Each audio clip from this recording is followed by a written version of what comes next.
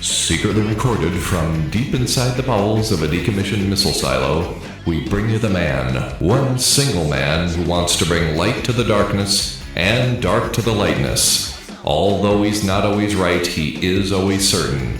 So now, with security protocols in place, the protesters have been forced back behind the barricades and the blast doors are now sealed. Without further delay, let me introduce you to the host of Hutcast, Mr. Tim Hutner. Thank you, Sergeant at Arms. You can now take your post. The views and opinions expressed in this program are solely those of the individual and participants. These views and opinions expressed do not represent those of the host or the show. The opinions in this broadcast are not to replace your legal, medical, or spiritual professionals. Happy Sunday, 12/8/2024. On Hutcast, guess what? We're going to have all kinds of conversations, so follow me, stay with me, keep up to speed. Today's episode, the economy.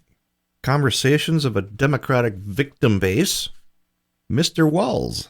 Mr. Walz. I don't want to use the word governor, but hey, I know sometimes it is what it is. He's back at his old shenanigans.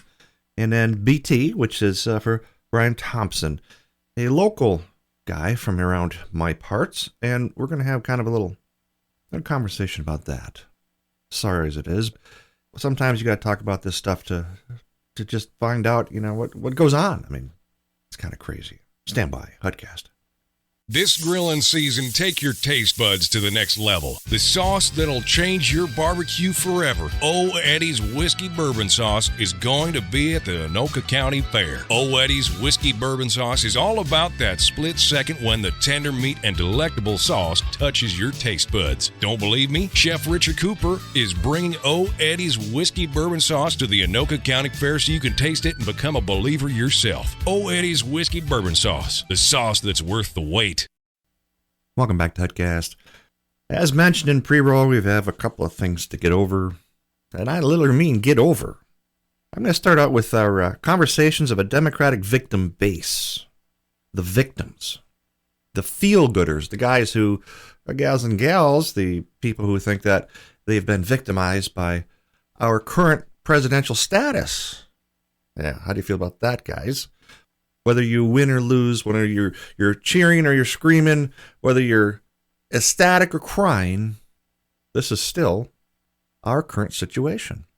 I don't even say it's a situation. I say it's enough about how we didn't put up with the last 4 years to not have anything different to happen. Make it this way. I mean, look at the whole picture here.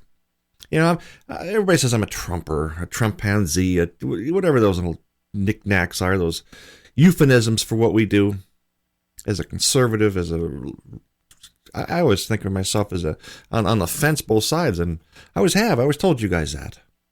But now you got these people who are traumatized. They're going to throw their feelings in this. They're upset, they're mad, they're screaming.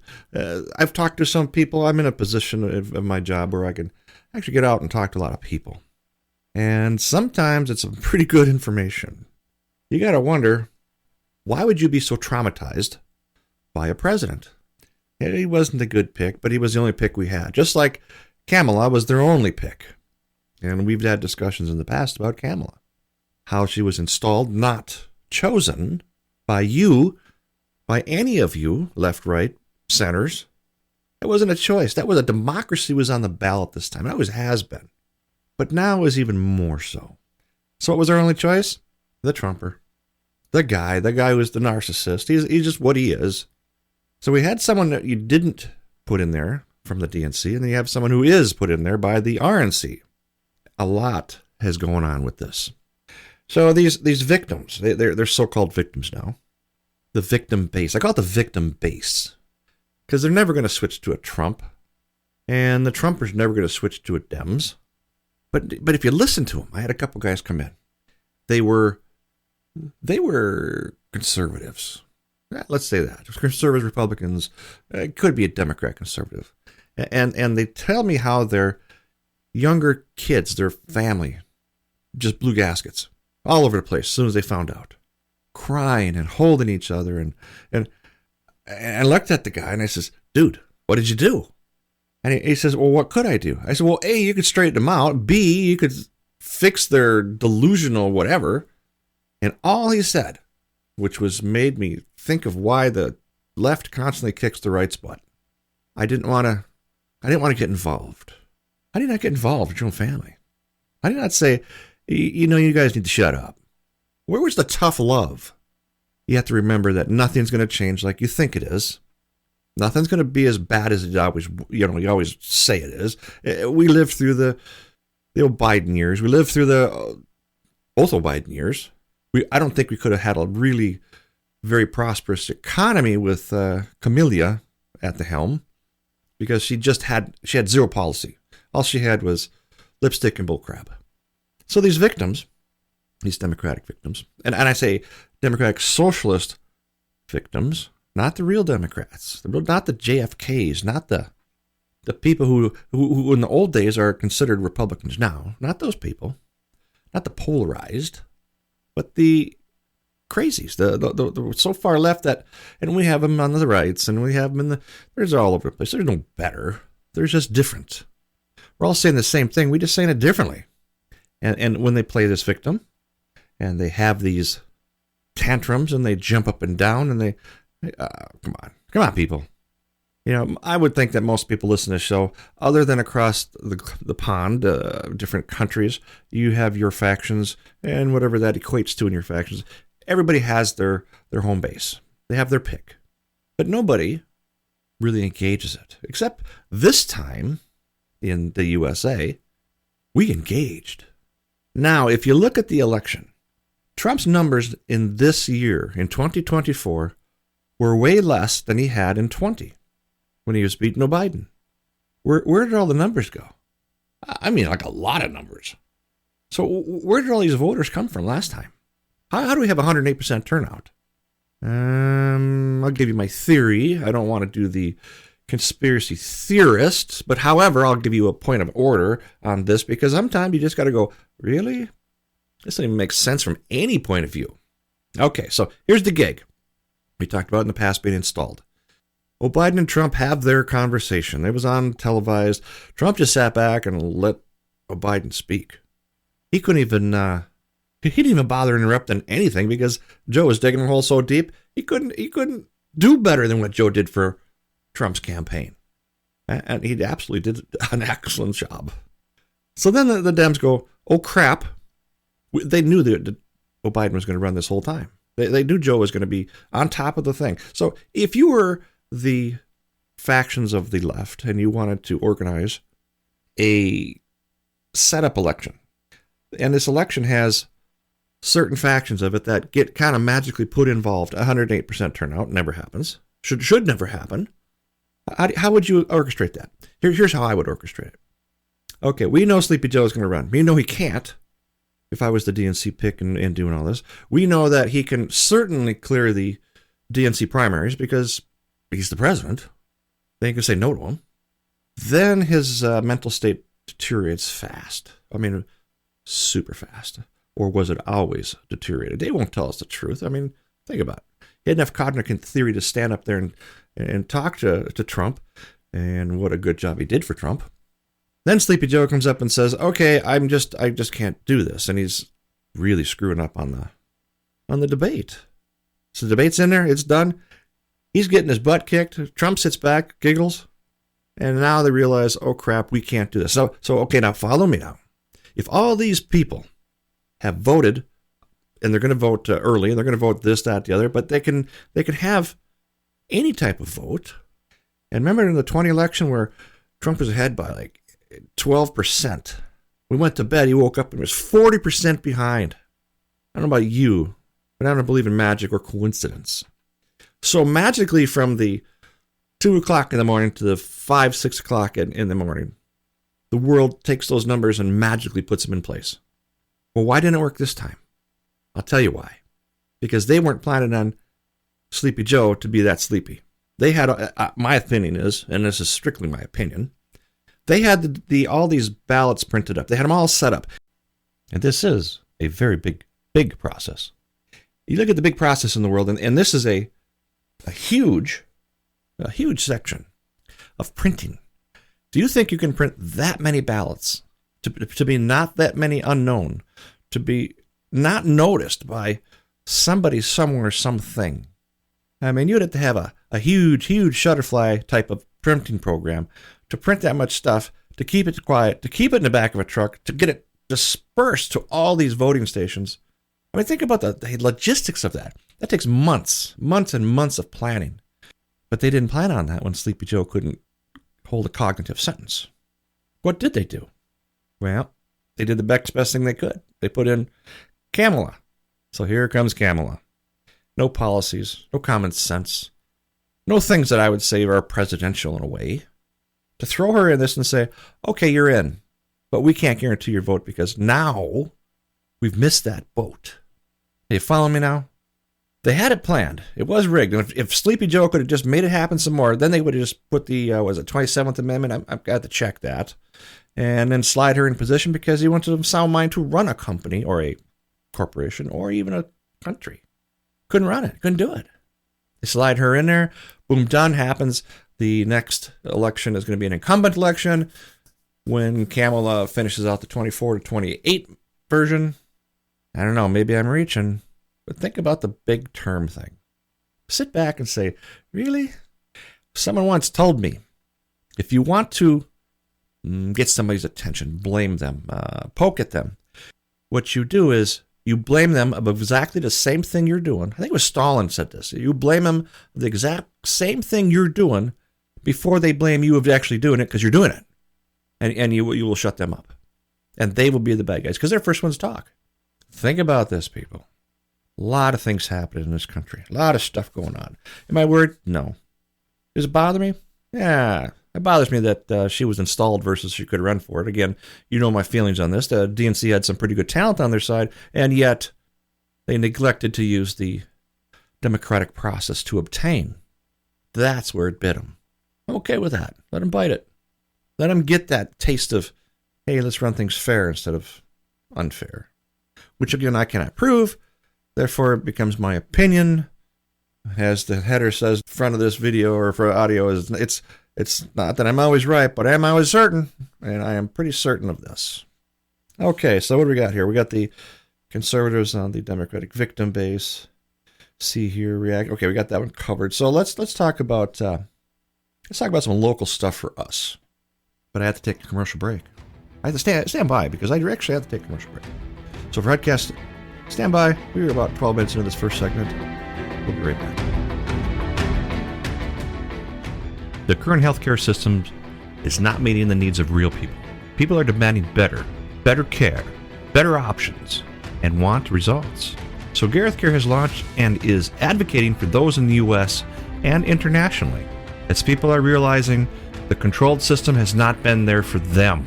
If you want your own independent advocate that is not controlled by big corporations, call or text and enroll today to get your advocate for your needs serving all ages. For any healthcare needs you might have, you matter. Here's how you get started. www.garethcare.com. That is GRAITHCARE.com. Call Gareth Care direct at 469-864-7149.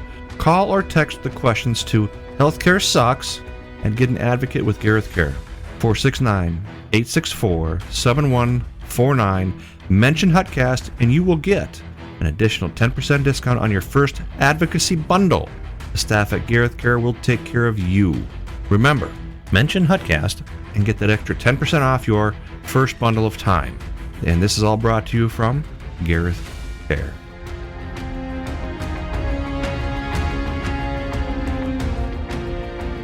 Welcome back, guys. Thanks for coming back. Okay. Whew. What a crazy world we live in. How about that? All right, I told you in the last end of the last segment that we're going to have a Tim Walz conversation. Now, nobody knows this guy better than most Minnesotans. You might not know him across the world. You sure as heck don't know him in other countries. You probably don't want to know him. But here's what I can tell you now. He's back to his old tricks. That's what I meant by this. He's back to his old say one thing, do another, spin it around, blame it on somebody else, point fingers. But this time, I mentioned to you that I feel a little different about it. This time it's with intent. This time it's with demeanor. It's like he's mad. He's angry. When you see him talk about it, you can see the eyebrows tweak and the nose snarl up and the face and the jaws get tight. I wonder what's happening to Mr. Walls. Because right now, he seems like a tyrant. That's what I see. That's what I'm seeing right now. He had a press conference with some people. I don't know what the station was, but it was who cares? Who cares what he was talking about? And he snapped at this dude, this reporter. And not like you would snap at a reporter. Not like you'd get cranky and upset of some sort. You wouldn't get that. He got nasty mean. I guess the campaign trail is a little harder than you think it is, huh? This ain't the same guy who runs out on stage hip-hopping and slapping his hands and pointing fingers, and that ain't the guy you've seen on the news. And if anybody's ever read the book by Paul E. Kazelka, he has a very unique position about Mr. Walls, because he worked with the Senate Majority Leader of Minnesota for many years, the Republican Senate Majority Leader, by the way, and he has some pretty good intel. Better pick up his book, Paul E. Kazelka. Google that name, buy his book, get it, for instance, for yourself, judge your own opinions, make your own whatevers. Yeah, kind of funny, but he's cranky. And here's what I'm going to do. I'm going to do this just because, well, I know what it's like to run. I personally have making runs for office, and it ain't what you think it is. It's a lot of work. I don't care if you're at the national level or local level. I don't care if it's whatever it is. Think about things like, oh God, where do I start? First of all, you got to fund this thing. You got to realize if you're going to take money or if you're not going to take money. Now, on a local level, if you take money from a company, a person, an individual, you have to justify that money on your report, your SOS, the Secretary of State reports. They have to be licensed people, licensed business, licensed people who want to give to your campaign. And don't think that it's not without some baggage, people. You will have baggage. One of our cities close to us has some situations going on where an individual took money, and now he's in front of the same individual that has oversight to these people. Now, do you think that with this oversight that he has, he's donated to his campaign, and the people that gave the money, aren't you think they're looking at him going, it's time for a favor, a payback? Absolutely. Absolutely. But here's the twist that this Democrat did. He said, yes, I took money, but it was in the last election, not this one. And boy, did the people come out of the woodwork to support that, and all the true people, all the real people, pretty much knew what was going on. I don't care if you took money in the 80s, the 2000s, or in George Jetson world. If you take cash, you owe them forever. But see, some of these people in their city didn't think that it was a thing. They, oh, no, it was last time. I've already disclosed that. Well, if you already come out, back to what I said earlier, if you're going to blame or accuse the people of doing what you're doing, you blame them first, and then you keep on doing what you're doing, because that's what happened. That's what's going down. It's what he did. Oh, I did take it, but I took it then. And he just couldn't put that together. And that cost him his election, because people pay attention, and people pay attention quickly. And they're saying, hold on here. You took cash. This person that cashed you is in front of you. They're in front of you for some type of a political favor, and here they are. And you don't think that's a CI, a conflict of interest? Absolutely it is. So think about that, people, when you're out there doing things like this. And with Mr. Walls, God, I hope he gets out this last term, his next term. Because now he's midterm, he's 2 years in, and he'll make the next two, which will be an off cycle for us as a city, as a state. And we almost flipped this state to begin with. I mean, really almost flipped it. Not scaring the snot out of the left, as it should. And that was on a in a presidential Trump thing. They're trying to win. And they did win. So figure that out. But I was going to tell you why I actually support running for office and doing things, because I've been in that shoe. I've pounded on that door. I've knocked on all those doors. You've done the process. You've done the democratic process, the earning of it, not the appointment of it. And it doesn't mean that if you're appointed, it doesn't mean you're going to care any less. You take the same oath as the one who worked and pounded the doors. You absolutely take that same oath of office. But when you are on that trail, the campaign trail, it's 24/7 of your day. It's nights, weekends, it's holidays. There's no taking time off. It's strategy. It's who's going to be doing what for you. Who's going to be doing setups, and do we have a candidate forum? And oh yeah, it's kind of a thing. I ran twice, didn't make it. Got my butt kicked twice by incumbents. So I know how to run an incumbent race and lose. Yeah, that was the easy part. The hard part was getting over it. You eventually get over it, but hey, I'm telling you, it's real. And Waltz is coming off the trail. He's got the hate in him. People are seeing it. It takes a lot out of you. He's no spring chicken. He's in his what? Early 60s, late 50s? He's no spring chicken. That ain't easy. He had unlimited funding by the DNC. And when I mean unlimited, I mean unlimited. He could spend money. He could pay money to spend money to waste money. All in the same dollar. Unbelievable. And they still couldn't get passed. But again, I remember that I told you in the last segment that absolutely ballot harvesting is a thing. And they couldn't get past it. It was there. They were stuck on it. Nothing more could be more true than that. Yeah. So for Mr. Waltz to feel that way, I get it. I see his point. I've been there. You got the hating for all kinds of things. And now he's got to come back to his job, which he shouldn't have never had. He should have had to. Anytime you run for an office, a higher office, and you're in an office, my opinion is you should be able to. You're supposed to be able to move on and be unencumbered by the actual. You're doing this, but he didn't. He still kept his office, and how do we allow that as a state? How do we say, "Oh, you go right ahead.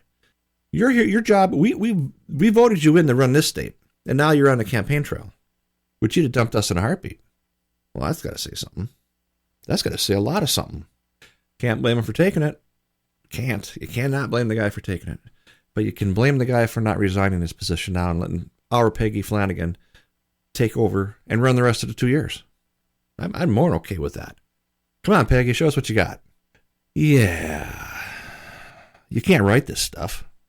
This stuff happens. I'm not making this up out of my bag of magic tricks and saying, "Oh, we're doing this and this and this," because it is actually doing it. It's happening. Yeah. Kind of crazy, isn't it?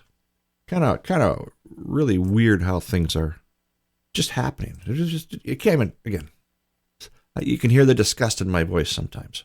And I'll be doggone if I can mask that, because I can't. It's that stupid. It's that stupid. So for Waltz to be that way, I do get it. If you've ever tried it, live it, go do it. Go see how easy it is, or isn't. But it's his old bag of tricks. He's all spin up. He's all got his own, I don't know, if you pay attention to state politics. Wrong choice in the beginning, wrong choice in the end. Even the DNC voters are like, yeah, we're not going to push this through. You talk to some people out of state, they say, well, he seems like a good guy. We'll be back after a quick break. If you're looking for a political podcast that goes beyond the headlines, check out the Beltway Briefing. I'm Howard Schweitzer, CEO of Cozen O'Connor Public Strategies. Every week on the Beltway Briefing, our team of former Republican and Democratic presidential appointees, Capitol Hill veterans, and political advocates shares behind-the-scenes perspective that cuts through the noise. If you want the inside scoop, subscribe now to the Beltway Briefing here or wherever you get your podcasts. Yeah, well, he could be.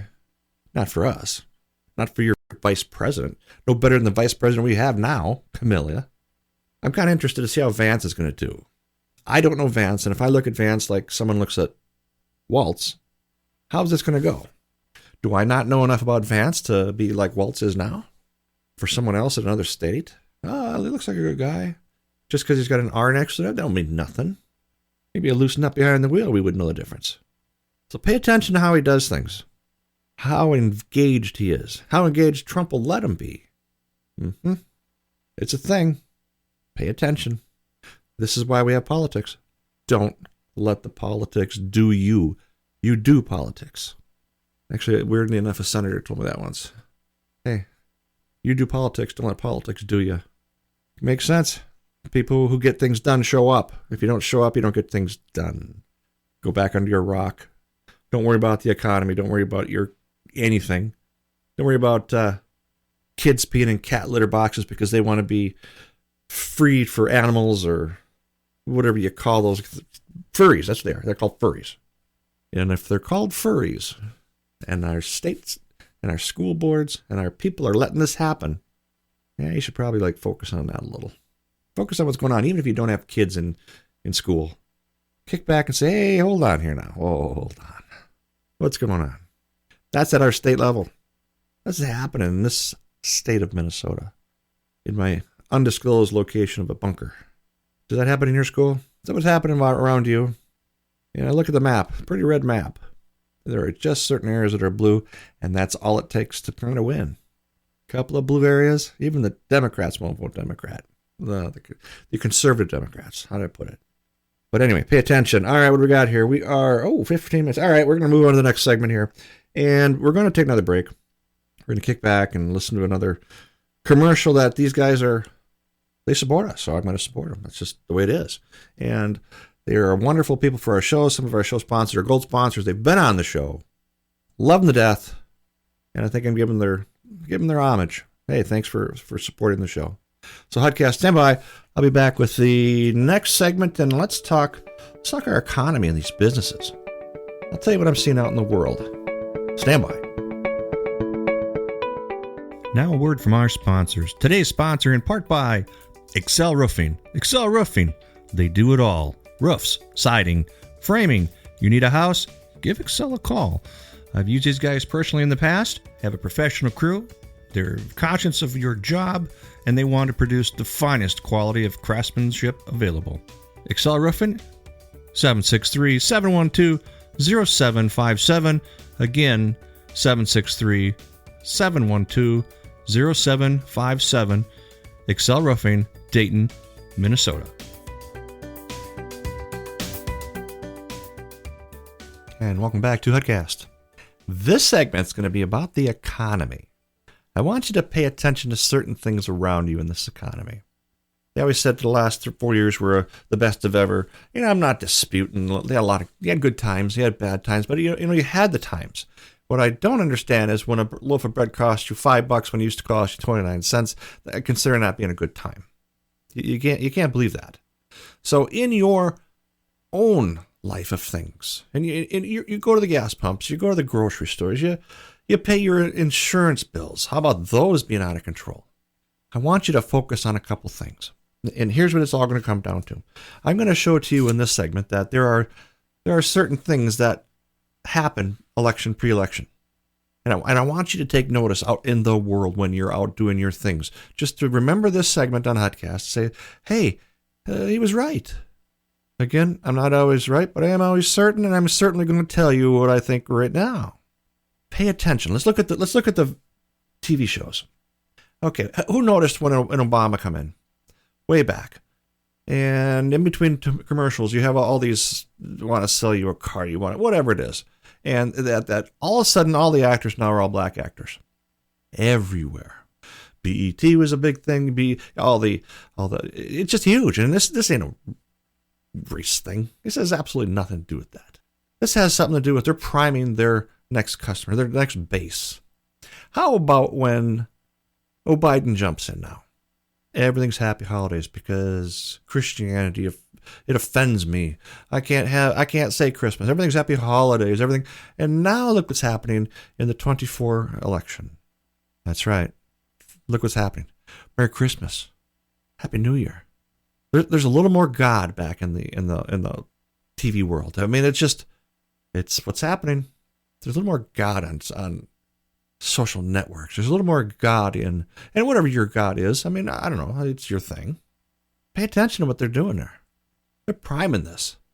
They're doing that. They're setting you up. Just this mind control thing, which the dumb public radio and public TVs and that's why I like streaming. I can cut the commercials out, cut the stupid stuff out. I don't have to watch the propagandist crap. Of course, someone might be thinking this is propagandist. Hey, it could be. I don't plan it that way. So if I'm propaganding you, maybe you got the wrong channel here. Flip the channel because I'm trying to get the truth out here. Paying attention to what's going on. So let's look at things. The economy. What are you seeing out in the businesses? Well, I can tell you one thing. As a business, you can see certain things that are trending different now.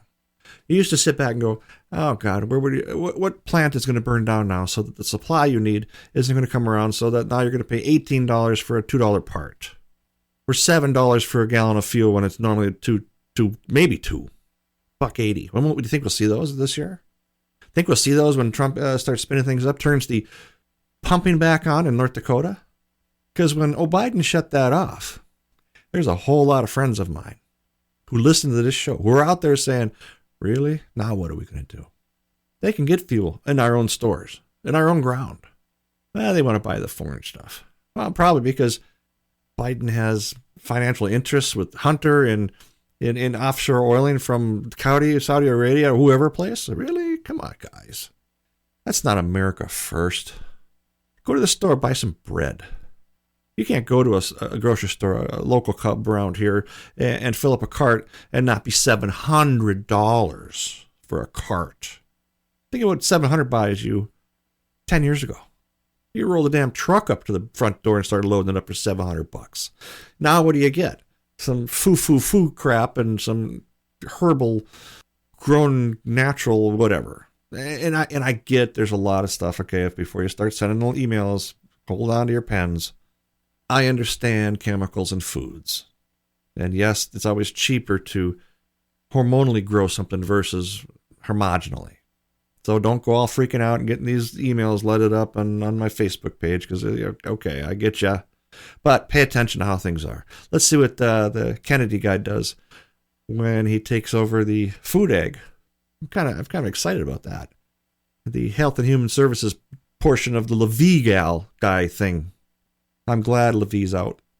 I don't know about you, but if you think that that's the human, what is the word I'm looking for? If that's what the America thinks is healthy, take a look at this thing. Not a fan.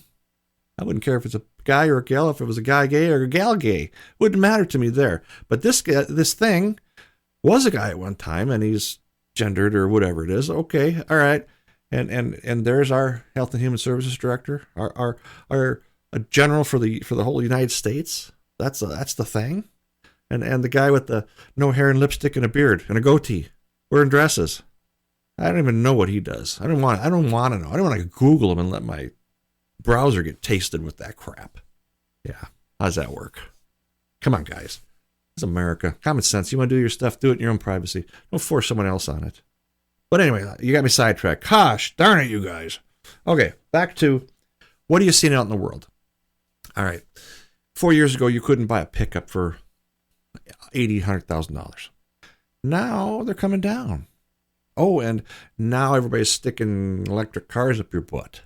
GM's going to do the global initiative. Ford has stopped their electronic production of their Ford vehicles, the EV vehicles. Well, I guess it don't work. Really? Us gas and piston guys know better. You really didn't think that would work? It's gonna. I absolutely am crossing my fingers that it will. It just ain't yet. But it ain't gonna for a while and they made big strides on this battery thing. There's a lot of strides on this battery technology, but they can't get rid of the temperature compensation stride. Batteries get cold. They don't produce the same amount of electron flow as they do when they're at a temperature that are above freezing. Then what? If you can get that hurdle, they already passed the capacitance hurdle that a battery can absorb more energy, keep it in itself, and then put it out and save it.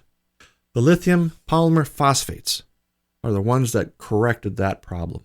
Because this thing will do 100% output and then just shuts off, done. And it's 3 times longer than a flooded battery. Now let's go to the temperature compensated thing. Some manufacturers put in heaters in there. They heat the battery, keep it going. So now you're using energy to keep the energy, to put the energy in so you could match a flooded one? I don't know. It's a vicious cycle.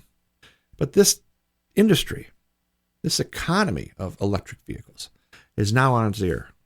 Be interesting to see what Vance and Trump do on this one. Yeah, you heard me right. Vance and Trump, not Trump and Vance. Kind of a Vance fan so far. But anyway, let's see what they do with this. Let's see if they can make this happen. Let's see if they can now socially point our country in certain directions. Again, when I started this, said we have Merry Christmas again. We have Happy New Year. We have the things that used to be in our daily lives. And if it offends you, tough.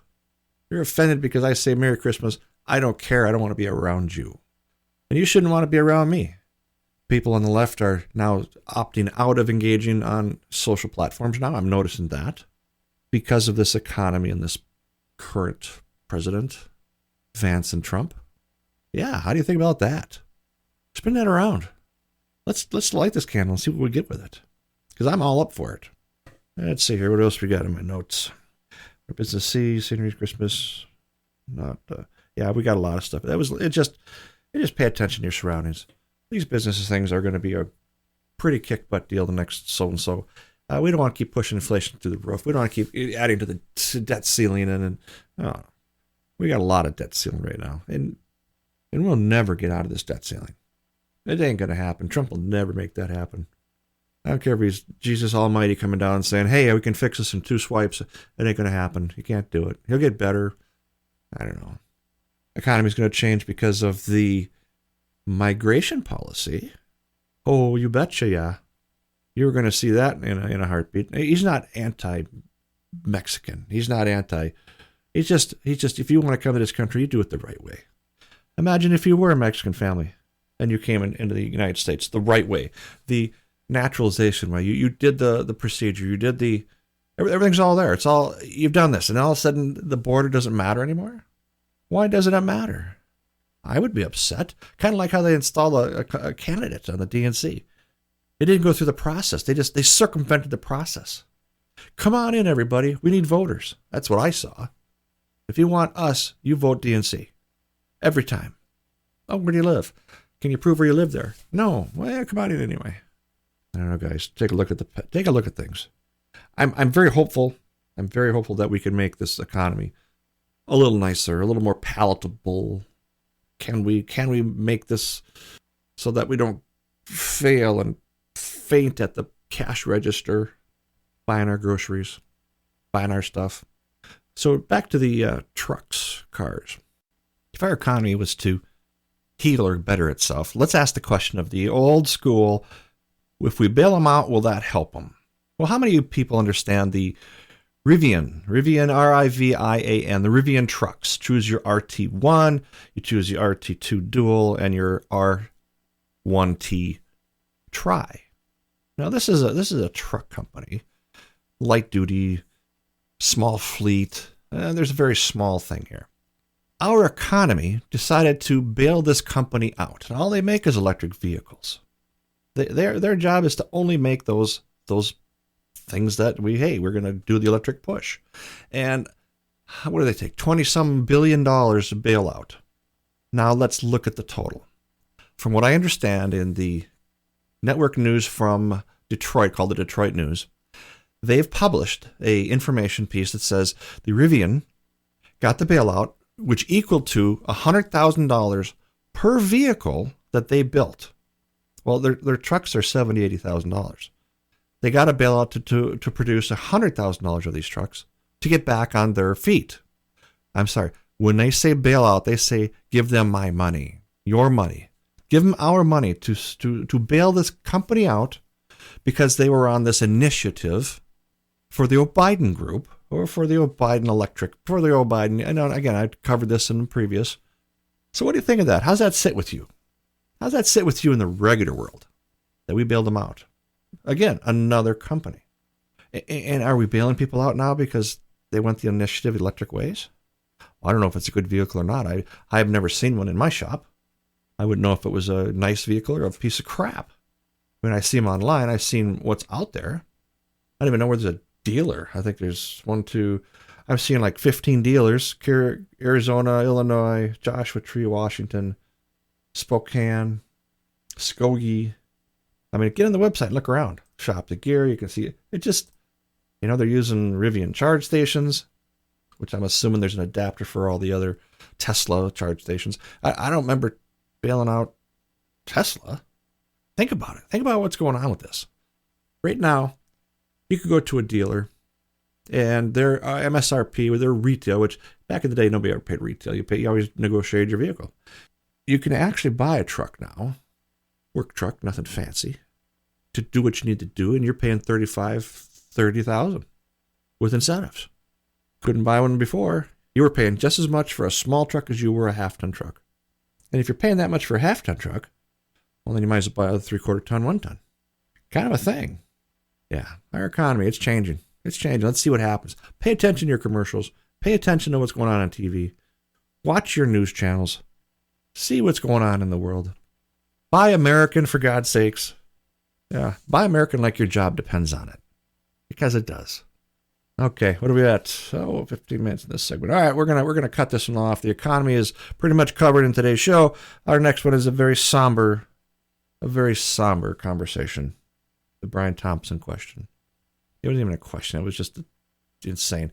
So I'm going to give you some insight on who are friends of mine, who are friends of his, and how they describe him. And oh boy, yeah, big mistake doing that one. Whoever did that, it's in the news. If you live under a rock, it's the CEO of United Healthcare took a bullet, and yeah. Stand by. Podcast. Be right back. Need a quick, healthy boost to start your day? Try Superfuel. Superfuel by Casmo is loaded with vitamins and healthy ingredients that will give you a quick, healthy boost. Make Superfuel a great-tasting, low-calorie addition to your daily regimen. Order Superfuel at www.superfuel.me or call 833-FUEL-X12, FUEL-X12, or 833-383-5912. Super Fuel.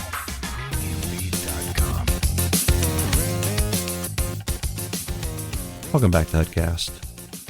All right, this is a kind of a one that brings some symmetry around here, just because some people that we know people, and of course Brian Thompson is a Minnesotan. He's a corporate figurehead. He is the guy in the local area that is, just one of us. So I want you to hear the verbatim, which I'll play here in a minute, Wikipedia's version of what they say out in the world about this guy. And then I'm going to let you listen to it. And then at the end of this, I'm going to come back and I'm going to tell you exactly what the real people are saying about him, his friends, his people around him. And it's a sad, somber situation that we actually have to do this.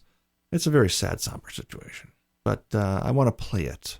And I, you see both sides of this fence, but at what point ever does it end up as this?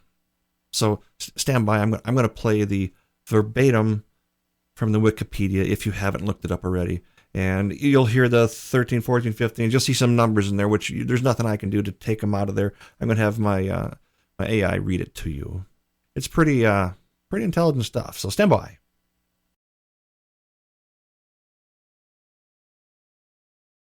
Brian Thompson, businessman. For the article on the murder of Brian Thompson on December 4, 2024, Brian Robert Thompson, 1-2, July 10, 1974, December 4, 2024, was an American businessman.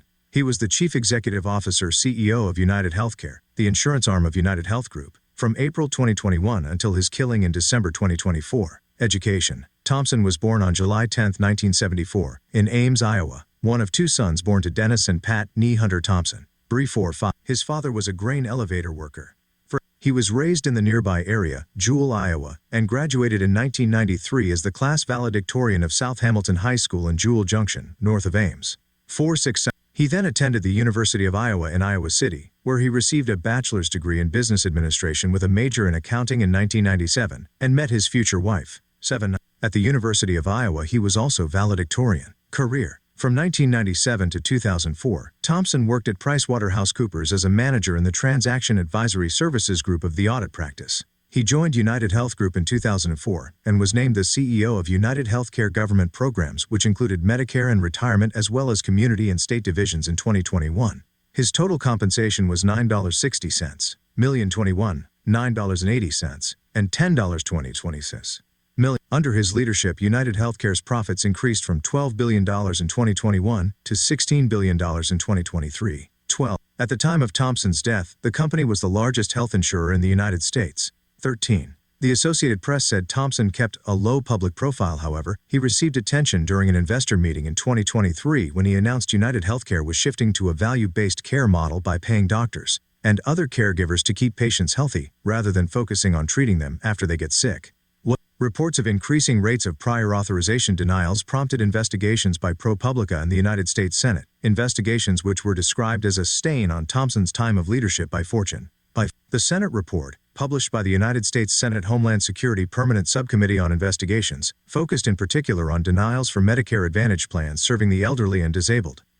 The investigation revealed that in 2019, UHC's prior authorization denial rate was 8%. He became CEO in 2021, and by 2022 the rate of denial had increased to 22.7%. For both Medicare and non-Medicare claims, UHC declines claims at a rate which is double the industry average. 12. In 2021, Thompson was criticized in an open letter from the American Hospital Association regarding a plan from United Healthcare to start denying payment for what it deemed non-critical visits to hospital emergency rooms. United Healthcare responded by delaying rollout of the change. Additionally, under his leadership, United Healthcare began using artificial intelligence to automate claim denials, resulting in their customers either incurring significant out-of-pocket medical bills or being unable to receive needed medical treatment. A lawsuit was filed against Thompson, United Health Chairman Stephen J. Hemsley, and 2 other senior executives in May 2024 for alleged fraud and insider trading due to failing to disclose an antitrust investigation into the company by the United States Department of Justice and by selling stock options before the probe was made public. 17. Data concerning these allegations and notice of its report to the Securities and Exchange Commission was initially published in the Minnesota Star Tribune in February 2024. Personal life. Thompson was known to friends and colleagues as BT. He was married to Paulette Revis Thompson, a physical therapist and fellow University of Iowa graduate. 20. They had 2 sons, Brian Thompson. At his death, Brian Thompson and his family were residents of Maple Grove, Minnesota. He visited Ireland on several occasions as United Healthcare's sister company Optum has operations in the country, and he was known to have enjoyed playing golf in Donegal, Ireland. 24. He was the honorary co-chair of the 2026 Special Olympics USA Games, and was noted to be a passionate advocate for the Special Olympics movement and a steadfast supporter of our mission to celebrate the abilities of athletes with intellectual disabilities. 25. Death. On December 4, 2024, Thompson was in New York for an annual United Healthcare investors meeting. 26. He left a Marriott hotel where he was staying, which was across the street from the New York Hilton Midtown where the meeting was held. As he was walking along West 54th Street toward the Hilton Midtown at around 6:45 a.m. local time, he was shot by a person dressed in a hooded jacket. 27. Thompson was taken to Mount Sinai West Hospital in Manhattan, where at 7:12 a.m. he was pronounced dead.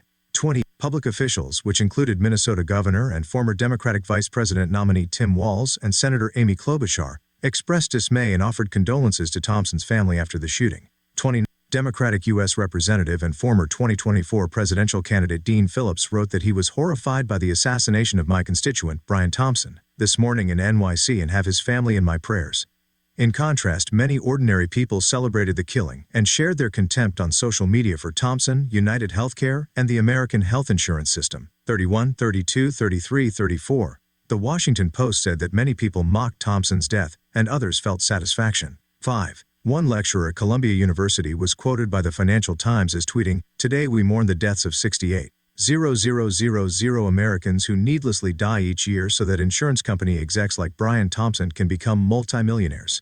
While one physician told the Daily Beast that they sympathized with the family and said the perpetrators should be brought to justice for the killing, but also said that Thompson's role as CEO had led to a great number of suffering Americans on the order of millions. In Washington Square Park, at least 6 masked men competed in a look-alike contest for the shooter. At 30. Shortly following the death, rival insurance company Blue Cross Blue Shield canceled a plan to stop covering the cost of anesthesia for longer surgeries. 41.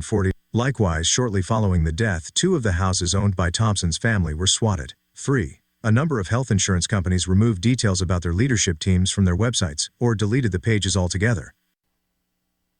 Okay, that was, again, Wikipedia's version of Mr. Brian Thompson's bio. What I'm going to play to you next is a very critical piece of information, because a lot of the state's information, a lot of the New York State, they don't have this out there. Nobody's done any research on it. So I'm going to play you this section of it. So I want you to stand by and listen to what's actually going on, why they actually had these bullets that were printed and written on. So hold on a sec here. I'm going to cue this up. Inscribed bullets, like those reportedly used in the killing of Brian Thompson, are highly unusual and are typically not standard issue for any branch of the military, intelligence services, or law enforcement agencies. However, they might be used in the following contexts. Haber 1. Psychological operations, PSYOPs. Purpose, sending a symbolic message to intimidate or influence behavior. Examples, inscribed bullets might be part of a staged incident to deliver a direct or implied threat. Known users, intelligence agencies, paramilitary groups, or rogue elements conducting covert operations. Number 2. Assassination techniques, specialized equipment. Intelligence agencies such as the CIA, Mossad, or KGB have historically been linked to tools designed for precision killings with unique identifiers or messages. Purpose, inscriptions on bullets could signal a claim of responsibility, issue a warning, or create confusion around attribution. Hamsh 3. Covert paramilitary or mercenary groups. Use. Such groups might use symbolic bullets for intimidation or to enhance their mystique. Examples, private military contractors or rogue actors with access to military-grade equipment. 4. Propaganda or terrorism. Message, inscribed bullets could be used by terrorist organizations to symbolize grievances or to amplify fear through symbolic violence. 5. Special forces or intelligence agency experiments. While standard military and intelligence procedures would not typically include personalized or inscribed ammunition, specialized units conducting black ops might adopt unconventional tools for psychological impact or strategic deception. If this type of ammunition was tied to a specific organization, it would suggest an intent to manipulate public perception or send a targeted message, rather than serve as a practical tool for combat or field use. Okay, you hear what's going on. You see why I wanted you to hear.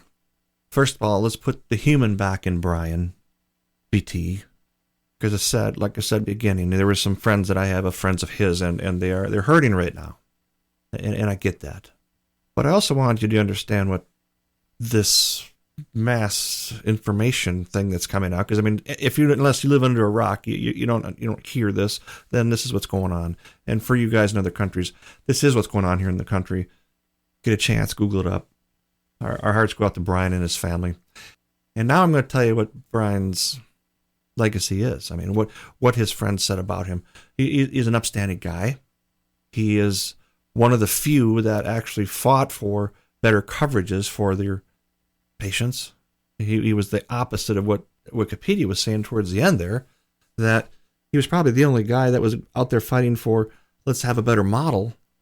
And I don't know the intricacies of this AI model that they're using on their side, value-added model. I mean, whose value is it for? I don't know. But let's not forget he's a Minnesotan.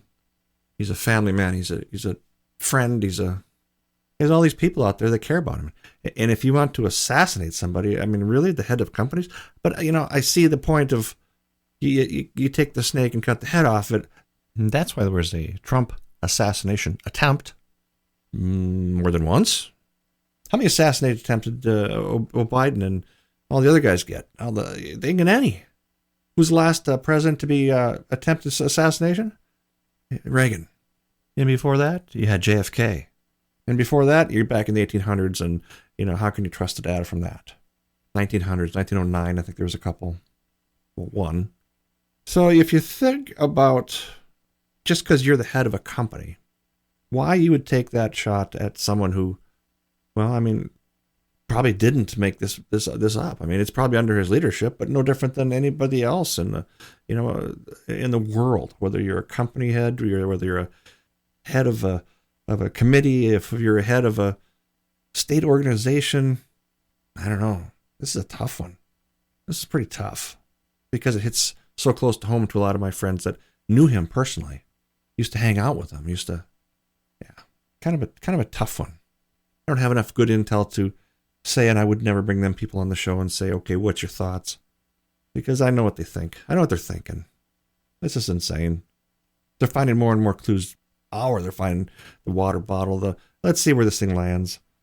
Let's see if this is a gun control thing, or if this is a mental illness thing, or if this is a vengeance thing. I mean, if you listen to that section of the actual bullets part, pretty interesting research on that. I dug pretty deep into that, and I says, okay, what do we know? And how do we play that? And how do we make this sound like, okay, is this a conspiracy thing, or is this I think we can end the conspiracy thing because they shot him.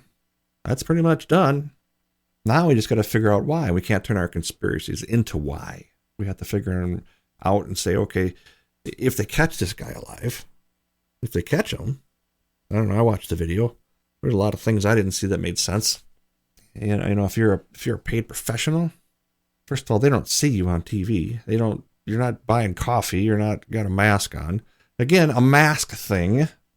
Here's a guy in plain out view, 7 a.m, got a mask on, got a hoodie on. Now just imagine pre-COVID. Now this is what kind of gets me about this whole mask crap. Pre-COVID, you'd walked out in a mask. You'd have been the guy on the street going, okay, what's going on here? What'd they do back in the old days? When you rob somebody, you put a mask on? Well, now you could just walk down the street with a mask and they don't know what you're going to do because you've taken away that element of caution. It's gone. You can't go back and say, oh, I saw this guy walking with a mask. It didn't draw your attention because of some pandemic. Pretty crazy, isn't it? Got a hoodie. Okay, back in the 70s, you wore a hoodie, you were a thug. They knew exactly how to call you out. Now today, you wear a hoodie and a mask, and you're just some guy on Tuesday. People, there's got to be a better way of picking people out of crowds. And the pictures of these guys' shirts, these jackets, if you look at them, one's got a button down and the other one's got a buckle down, and it's not making any sense. So this is where I can't trust my news to give me the good information. Again, they're going to give us rotten intel, Jake Giles looking people, the guy, the actor, who looks just like him. I mean, if you look at his eyes, you can't trust it. You can't say, okay, well then something happened, something changed. Look at the pictures for yourself. I mean, incredible difference of jackets, and we can't see enough color because it's grainy and it's dark and fuzzy, and there's no definition there. But that's typical security cameras. Unless you spend some real money on cameras, you get what you get. You see big pictures do big things, and detail is very minimal. And I know this because I have a ton of cameras. I know which ones I paid the real money for and the ones that are just showing me a body. Strategic places require strategic cameras, very definition related. I got cameras that'll tell you an LPR, a license plate reader, from a quarter mile away. I mean, you get within a quarter mile of a certain facility of mine, and I've already got your numbers. So, yeah, I'm kind of glad we have some security. Some security footage was just to get these guys closer. And another thing don't make any sense to me. He's got a battery in his backpack, as far as what they're saying. I'm not sure about that. And you left on a bike, but then you get there in a cab? How do you get there in a cab and leave on a bike? Now, I do understand why they did the battery pack thing, because those battery packs aren't on the bikes. According to what someone says in New York, you take the bike, you run, you got to buy a pack, or you got to get a pack out of some vending machine, and then you unlock the bike. Well, you got time to unlock a bike, carry a battery, do all this stuff. Come on. It don't even make any sense. Again, it's an active investigation. They're still hunting for people, but they want the public's help, but they're giving them sideways information so that maybe you can milk something out of the intel. I think maybe do better than that in New York. There's a family grieving over here in Minnesota, not far from where I'm at, and you can't do better than that. You got two boys, 21 and 22 years of age, that are now without a dad, and soon to be without a grandpa if these guys get married and have kids. I mean, and a wife? Come on. I think New York needs to do a lot better than this. But I'm not criticizing because I'm not in the mix. I just see what I see because I got information given to me by news organizations I cannot trust. Form your own opinion, people. What do you say? What's in your mind?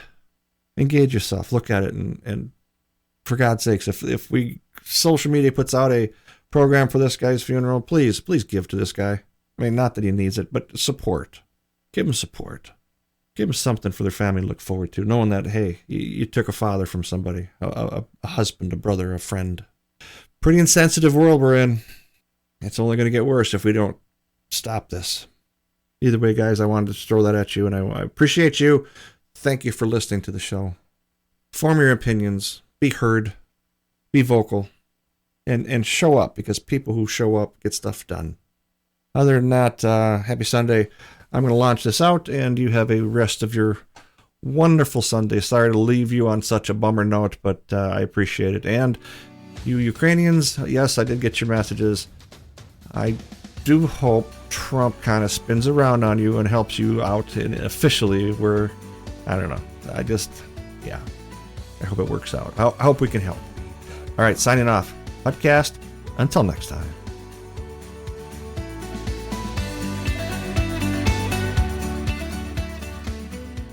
And that's a wrap for Hutcast.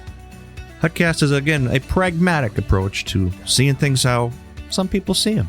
If you like our show, give us a thumbs up on the Facebook site. Again, for Hutcast, thank you again. Have a wonderful evening.